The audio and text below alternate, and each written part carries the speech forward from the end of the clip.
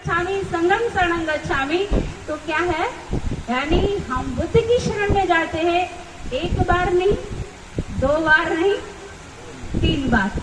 यानी हम मन से भी और वचन से भी और कर्म से भी, यानी जब हम मन और वचन से, जब कर्म से पूरी तरीके से संतुष्ट है, मजबूत है, तब हम ऐसी शरण को ग्रहण करते हैं। और जिसने मन से, वचन से और कर्म से पूरी तरीके से संतुष्टि के साथ और दृढ़ता के साथ में अगर उन्होंने इनको ग्रहण कर लिया, तो समझ लीजिए संसार में उसका कोई दुख नहीं मतलब सताएगा, और ना ही उसे कोई भय डराएगा, और ना ही उसे कोई रोग आएगा। ये तीनों चीजें हैं। तो उसके बाद में है आपका, अब तीनों शरण आपने ग्रहण कर लिया, उसके बाद में जब तीनों शरण ग्रहण कर ली, तो सबसे मेन जीवन की जो यात्रा है, जिसमें तमाम सारे झंझावात हैं, वो कहाँ से शुरू होते हैं? सील से। और आपने सुना होगा कि कहते हुए कि जो जरा सा भी एक सील टूटता है और आज्ञाकारी नहीं है और वो किसी की बात नहीं मानता है, सही आचरण नहीं करता है, तो उसको क्या कहते हैं लोग? ये बहुत कुशीला हो गया है, यानी सील से वो दूर हट गया, तो क्या हो गया? बहुत कुशीला हो गया। तो सील से ही हमारे अपराध शुरू होते हैं। कैसे कि पाणातिपाता वेरमणि सिक्खापदं समादयामि, यानी हमें हिंसा नहीं करनी चाहिए। लोग किससे जोड़ते हैं? किसी को मार देना, खत्म कर देना और जान लेना, यही समझ गए कि ये प्राणी हिंसा है। हिंसा कितने प्रकार की है? 3 प्रकार की। तथागत बुद्ध ने कितने प्रकार की हिंसा बताए? 3 प्रकार की। 3 प्रकार की हिंसा को बताया। और पहला कायिक हिंसा, यानी अभी बताया हमने, किसी को खत्म कर देना, मार देना, यानी क्या हो गया? शारीरिक हिंसा हो गई। किसी की पिटाई कर देना, किसी पर जख्म बना देना और किसी को बिल्कुल ही खत्म कर देना, क्या है? वो शारीरिक हिंसा है। फिर उसके बाद में एक वाचिक हिंसा है, और वाचिक हिंसा के बाद में क्या है? मानसिक हिंसा। जब 2 हिंसाएं होती हैं, तो तीसरी हिंसा जो है अपने आप में उत्पन्न हो जाती है, यानी मानसिक, जिसको आघात पहुंचता है, वो जान लेने से और कहीं ज्यादा ही दुखदाई है, कष्टदायी है, पीड़ादायक है। तो इसलिए हम इन हिंसाओं से बचे रहने की शिक्षा ग्रहण करते हैं, यानी प्राणी हिंसा से बचे रहने की शिक्षा ग्रहण करते हैं। फिर उसके बाद से है आदिन्य दाना वेरमणि सिक्खापदं समादयामि, यानी हमें कोई भी चीज बिना बताए ग्रहण नहीं करना चाहिए, यानी हम चोरी से विरत रहने की शिक्षा ग्रहण करते हैं।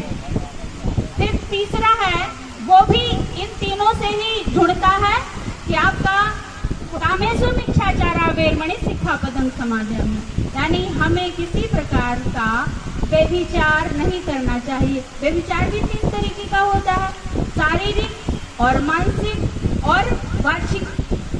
किसी को कोई बात गलत कह दे और ऐसे मन में बैठ जाए, तो समझ लीजिए कि वो जीवन भर समाज के सामने सर उठा करके चल नहीं सकता है। ऐसे काया से भी अगर किसी के साथ में दुर्व्यवहार कोई कर दे, व्यभिचार कर दे, तो समाज में दोनों पक्षों का जीना मुश्किल होता है, जीना सरल नहीं होता है। लेकिन होता क्या है कि हम इन चीजों से, हम जब सील तोड़ते हैं, तो आपराधिक प्रवृत्ति बनती है। फिर उसके बाद में है आपका मूषावादा वेरमणि सिक्खापदं समादयामि, यानी क्या हुआ कि मूषावादा, यानी हम झूठ ना बोलने की शिक्षा ग्रहण करते हैं। बता दिए ऐसा कौन है कि जो झूठ नहीं बोलता है? आपके कार्यक्रम का कितना समय था? 4 बजे का, 6 बजे का, और शुरू कितने बजे कर पाए हैं? 7 बजे। क्या है? लेकिन इस झूठ से किसी का कोई नुकसान नहीं है। हमें ऐसा झूठ नहीं बोलना चाहिए जिससे किसी को मानसिक क्षति पहुंचे, किसी की जान पर आप बन जाए, या किसी को ऐसा चुगली नहीं करना चाहिए, किसी के परिवार में कलह पैदा हो जाए या कलह मच जाए, तो हमें ऐसा झूठ नहीं बोलना चाहिए। इतना हमें ध्यान रखना चाहिए। अब आता है कि ये तीनों जो सील हैं वो किससे जुड़े हैं? काया से और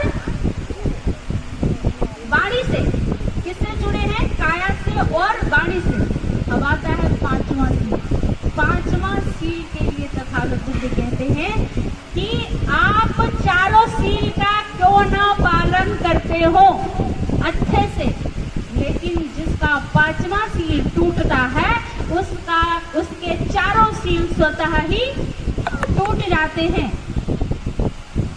क्योंकि जब वो सुरा मेरे का आदी होता है, मादक पदार्थों का आदी हो जाता है, मादक आहार का आदी हो जाता है, तो जब उसको मिलता नहीं है वो बेचैन हो उठता है, और जब बेचैन उठता है तो कुछ भी करने के लिए तैयार हो जाता है।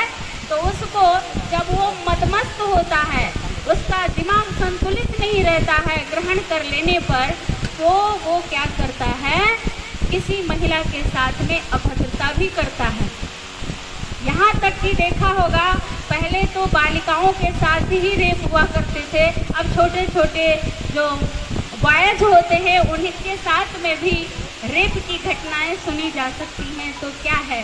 दिमाग असंतुलन का कारण ही तो है कि दिमाग असंतुलित हो गया, उसमें होश ही नहीं रहता है, पहचान खत्म हो जाती है कि महिला है, पुरुष है, हमारी है कि पराई है, किसी को होश ही नहीं है। तो इसलिए तथागत बुद्ध ने कहा कि पांचवा सील जिसका टूटा उसके सारे सील टूट गए, क्योंकि वो इसके लिए क्या करेगा? जब आदी हो जाएगा, नहीं मिलेगा, चोरी भी करेगा, झूठ भी बोलेगा, और यहाँ तक कि हिंसा के लिए भी उतारू हो जाएगा। पांच सील के लिए तथागत बुद्ध ने एक जगह कहा है एक उपासक से कि तुम शेर के सामने जाते समय मत घबराना, क्योंकि वह बहादुरी की परीक्षा है। तलवार के सामने जाते समय मत घबराना, वह बलिदान की कसौटी की परीक्षा है। गहरी खाई में कूदते समय मत घबराना, हिम्मत और साहस की परीक्षा है। लेकिन शराब से बहुत दूर जाना, बहुत घबराना, बहुत ही दूरियां बनाना, क्योंकि पापाचार, अनाचार गरीबी की जननी है।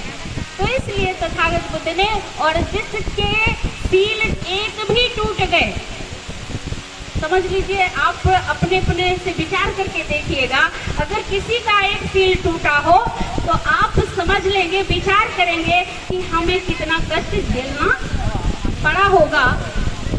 यहाँ तक कि सामाजिक भी यातनाएं, सामाजिक भी तमाम प्रकार के ताने सुनने को मिले होंगे एक सील टूटने से, और आपको कानूनन दंड भी निर्धारित है ना।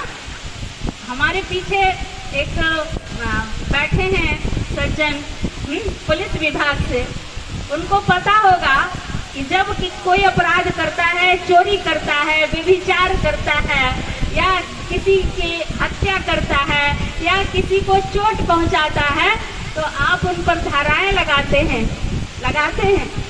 पहले तो आईपीसी होता था, अब क्या है? बीएनएस। तो बीएनएस की धारा लगती है, और बीएनएस की धारा के अंतर्गत में जितने टाइम का दंड निर्धारित है वो उतने टाइम का पनिश मिलता है। ठीक है, एक तो वो कानूनी रूप से पनिश हो गया, दूसरा सामाजिक रूप से भी पनिश मिलता है आपको। तमाम प्रकार के मतलब या ताने झेलने पड़ते हैं, सुनने पड़ते हैं, समाज में तमाम प्रकार की बातें होती हैं, क्या क्या कहा जाता है। तो इस प्रकार से जो सीलों का आचरण करता है, तो तथागत बुद्ध ने कहा कि जो सीलवान होता है, ये बात बाबा साहब ने कही क्योंकि बाबा साहब की जयंती है, अगर इस पे ना बोला जाए तो ये बेईमानी होगी। तो बाबा साहब ने भी कहा है कि मुझसे लोग इसलिए नहीं डरते हैं कि मैं ज्यादा पढ़ा लिखा हूँ, मैं ज्यादा बुद्धिमान हूँ, मैं ज्यादा डिग्री लिए हूँ, इसलिए हमसे लोग डरते हैं क्योंकि मैं शीलवान हूँ, मैं चरित्रवान हूँ, मैं नैतिकतावान हूँ और मैं बिकने वाला समाज का व्यक्ति नहीं हूँ, इसलिए हमसे लोग डरते हैं ना। तो जो शीलवान व्यक्ति होता है वो कहीं भी चला जाए वो सबका प्रिय बन जाता है, वो सबका प्रिय होता है। अब बात आती शील की। एक बार आनंद जो है वो कहाँ बैठे हैं, एक बगीचे में, श्रावस्ती में, श्रावस्ती के एक बगीचे में बैठे हैं। बढ़िया बढ़िया सुंदर सुंदर फूल खिले हैं, हवा चल रही है, सुगंध भी फूलों की बह रही है। अब उनके मन में चिंतन करना शुरू किया तो उनके मन में विचार उठा, अरे ये तो जो जिधर हवा चल रही है उधर फूलों की सुगंध भी जा रही, क्या सुगंध है, कितनी अच्छी सुगंध है। क्या कोई ऐसी भी सुगंध है जो हवा के विपरीत भी बहती है, हवा के साथ साथ भी बहती है, हवा के विपरीत भी बहती है? ये प्रश्न उठ गया। पहुंच गए तथागत बुद्ध के पास में। आनंद कहने लगे, भगवान एक प्रश्न उठा है। कहा कौन सा? कहा कि ऐसा प्रश्न उठा है, देख रहे थे फूलों की सुगंध है वो हवा के साथ साथ बहती है, क्या कोई ऐसी भी हवा है जो हवा के साथ भी बहे और हवा के विपरीत भी बहे? भगवान बोले हाँ है, एक ऐसी गंध है, एक ऐसी सुगंध है जो हवा के विपरीत बहती है। आनंद बोले कौन सी भगवान? कहते हैं वो शील की गंध ऐसी है जो हवा के साथ भी बहती है और हवा के विपरीत भी बहती है। शीलवान व्यक्ति जहाँ जिधर और जिस दिशा में जाएगा वो अपनी शील की गंध छोड़ के आएगा और वो सबका प्रिय होगा। क्या है? वह सबका प्रिय होगा। तो इस प्रकार से यदि हम शील का स्मरण करें